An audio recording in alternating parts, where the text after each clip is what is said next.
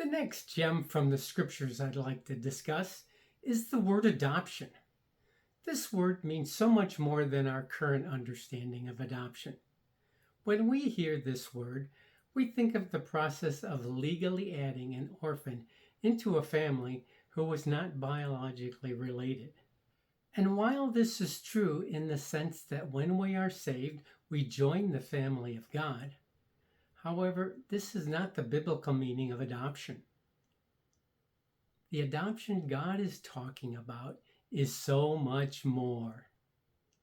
Now, let's look at the Greek word translated adoption. The Greek word is huiothesia, which comes from the words huios, which means son, and the Greek word thesia, which means to place. So huiothesia means to place as a son.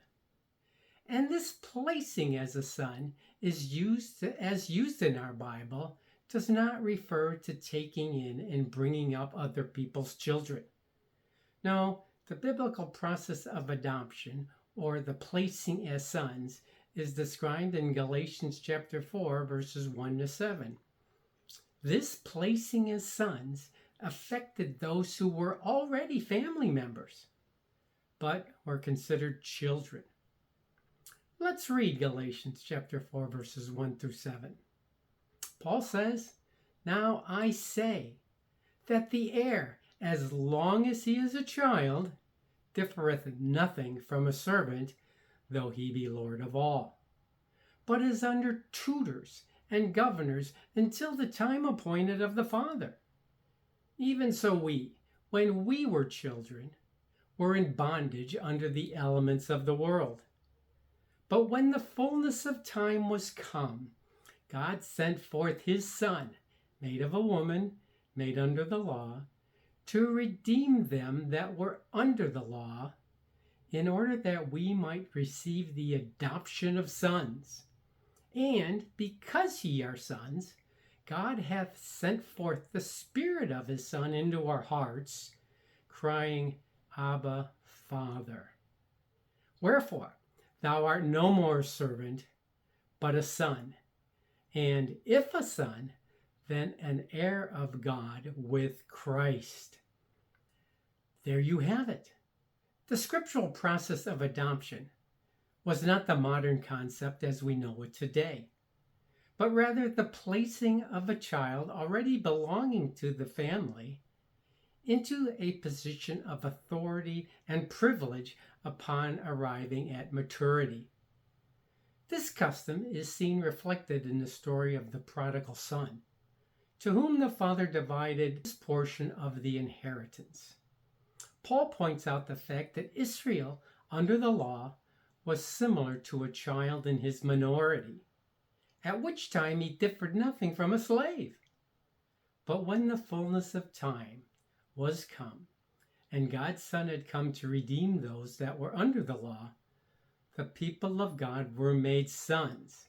They received the adoption of sons, or sonship. So biblical adoption works like this. In the life of the Hebrew boy, there came a time appointed by the father when adoption proceedings took place and the boy was declared to be the son and heir of the father. Before that time, he had been a son indeed, but he was under tutors and governors. He had been told what he must and must not do. In this, he differed nothing from a servant. But finally, the appointed time arrives. He is a full-grown son now. It is assumed that he will no longer need overseers to keep him in check. There will be a natural understanding and cooperation between the father and the son. And so the adoption proceedings take place, a declaration that the son now enters into all the rights and privileges of full sonship. Paul states that adoption, along with other privileges, pertain to Israel in Romans 9:4. This is the truth brought out in the Galatian passage I just read. However, this aspect of sonship does not apply to Israel alone. For Paul shows that now, in the dispensation of grace, All believers have received this adoption or sonship. This is no doubt another illustration of the general truth that Paul enunciates in Romans 15:27, that the Gentiles have now been made partakers of Israel's spiritual things. This is the meaning of the word adoption as it is used in the writings of Paul. A child is now called an adult son, and that's what we are. We are the sons of God. And Romans chapter 8, verses 15 to 17 say that we have received the spirit of adoption or sonship, whereby we cry out to our Father in the most intimate of terms, Abba, Father. Abba is the cry of a child who knows where they belong, and that cry comes from the Spirit of God within you. And by virtue of this sonship, we now have been made heirs with Christ, joint heirs. So whatever Christ is heir of, so are we. And that's not all. There's a part of adoption of which we're still waiting. Romans 8:23 says, "We ourselves groan within ourselves, waiting eagerly for our adoption, that is, the redemption of our body." So adoption is both already and not yet. Already meaning you are a son, you have the Spirit, you belong to God, and you are an heir with Christ. Not yet. Your body is still broken.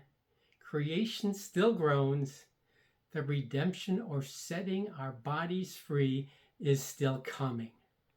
And when that time of adoption comes, God will have perfected every believer in body, soul, and spirit, and will present them before the universe as his sons.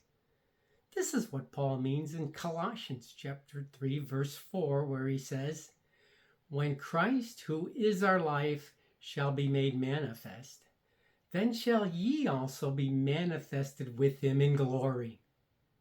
We'll be manifested in glory together with Christ.